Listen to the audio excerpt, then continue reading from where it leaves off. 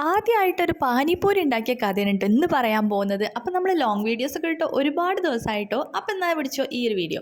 ഇത് നമ്മുടെ പാനിപ്പൂരിൻ്റെ സാധനമാണ് കേട്ടോ. അപ്പോൾ ഞാനിത് ഫസ്റ്റ് ഞാൻ സോസ് റെഡിയാക്കാമെന്ന് വിചാരിച്ചു. അപ്പോൾ ആ ഗ്രീൻ കളർ സോസ് ഉണ്ടല്ലോ, മല്ലിച്ചപ്പ്, ഇഞ്ചി, പച്ചമുളകൊക്കെ ഇട്ടിട്ട് ഞാനൊന്ന് അരച്ചെടുത്തിട്ടുണ്ട്. ഇനി അതിൽ കാര്യങ്ങളൊക്കെ ചേർക്കാനുണ്ട് കേട്ടോ. പിന്നെ ഞാനിതിൻ്റെ ആ മസാല ഉണ്ടാക്കാൻ വിചാരിച്ചു. അപ്പോൾ ഇതാ 3 ഉരുളക്കിഴങ്ങ് വേവിക്കാൻ വെച്ചിട്ടുണ്ട്. ഇനി നമുക്കത് മാഷ് ചെയ്തെടുക്കണം. പിന്നെ അതേപോലെ ഒണിയന്, മല്ലിച്ചപ്പ് ഇതൊക്കെ ഞാൻ അരിഞ്ഞ് വെച്ചിട്ടുണ്ട് കേട്ടോ. ഇനി അടുത്ത സോസ് ഉണ്ട്, ഒരു മധുരമുള്ള സോസ് ഉണ്ടല്ലോ, അതിന് ഞാനിതാ പുളി എടുത്തിട്ടുണ്ട്. പുളി എടുത്തു, അതിങ്ങനെ ചാറാക്കി ഞാൻ എടുത്തിട്ടുണ്ട്. ഇതിക്ക് ഇനി നമ്മൾ ചേർക്കുന്നത് ശർക്കരയാണ്. ശർക്കര നല്ല ചുരണ്ടിയായിട്ട് ഞാൻ ചേർക്കുന്നുണ്ട് കേട്ടോ.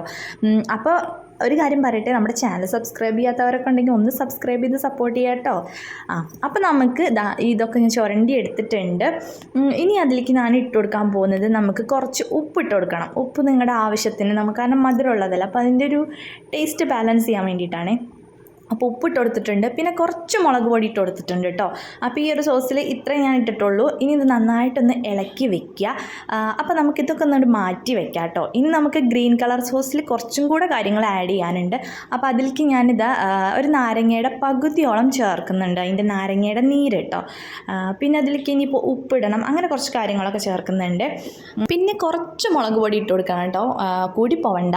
അതേപോലെ തന്നെ ഞാനിവിടെ ഗരം മസാല ചേർക്കുന്നുണ്ട്. പലരും ചാറ്റ് മസാല അങ്ങനെയൊക്കെ യൂസ് ചെയ്യുന്നുണ്ട്. ഞാനിങ്ങനെയാണ് കേട്ടോ യൂസ് ചെയ്തിട്ടുണ്ടായിരുന്നത്. എന്നിട്ട് നന്നായിട്ട് മിക്സ് ചെയ്തിട്ട് നമ്മൾ മാറ്റി അങ്ങോട്ട് വെക്കുക. അതിന് ശേഷം ഇനി നമുക്ക് ഇതിൻ്റെ മസാലയൊക്കെ ഒന്ന് റെഡിയാക്കണ്ടേ. അതിനായിട്ട് നമുക്ക് ആദ്യം പാനിപ്പൂരി റെഡിയാക്കണം. അപ്പോൾ നമുക്ക് പാനിപ്പൂരി പൊരിക്കാൻ പോകാം കേട്ടോ. അപ്പോൾ ഇതാ ഞാൻ എണ്ണയൊക്കെ ചൂടാക്കിയിട്ട് ആദ്യം ഞാൻ ഒന്നിട്ട് കൊടുത്തു. ഒന്നിട്ടിട്ട് എന്താ അവസ്ഥ നോക്കണമല്ലോ, ഇത് പൊന്തി വരുമോ എന്നൊക്കെ ഉള്ളത്. അപ്പോൾ നോക്കിയപ്പോൾ ഇതാ സെറ്റായി വന്നിട്ടുണ്ടായിരുന്നു. പിന്നെ ഞാനൊരു 3 എണ്ണമൊക്കെ ഇട്ട് വറുത്തെടുത്തിട്ടുണ്ടായിരുന്നു കേട്ടോ. അങ്ങനെ ഞാൻ കുറച്ചധികം നമ്മൾ വറുത്തെടുത്തിട്ടുണ്ടായിരുന്നു. എന്നിട്ട് ഇതാ നല്ല രസമല്ലേ വറുത്ത് കണ്ടപ്പോൾ. ഇത് വെറുതെ തിന്നാനും നല്ല ടേസ്റ്റാണ് കേട്ടോ. നമുക്ക് വെറുതെ പൊടിച്ച് തിന്നൊക്കെ ചെയ്യാം. അപ്പോൾ ഇതാ ഞാനിങ്ങനെ പാത്രത്തിലൊക്കെ ആക്കി വെച്ചിട്ടുണ്ട്. എന്നിട്ട് ഈ ഉരുളക്കിഴങ്ങ് നമ്മൾ മാഷ് ചെയ്ത് ഇങ്ങനെ എടുക്കണം കേട്ടോ. അതിലേക്ക് നമ്മുടെ ഉള്ളി ആവശ്യത്തിനുള്ളത് ഇട്ട് കൊടുക്കുക. മസാലയ്ക്ക് അനുസരിച്ചിട്ട് ഉള്ളി ഇട്ടാൽ മതി കേട്ടോ. ഉരുളക്കിഴങ്ങിനനുസരിച്ചിട്ട് ഉള്ളി ഇട്ടാൽ മതി. അതിനുശേഷം നമ്മുടെ മല്ലിച്ചപ്പ് ഇട്ട് കൊടുക്കുക. ഇത്ര 3 ഉള്ളൂ.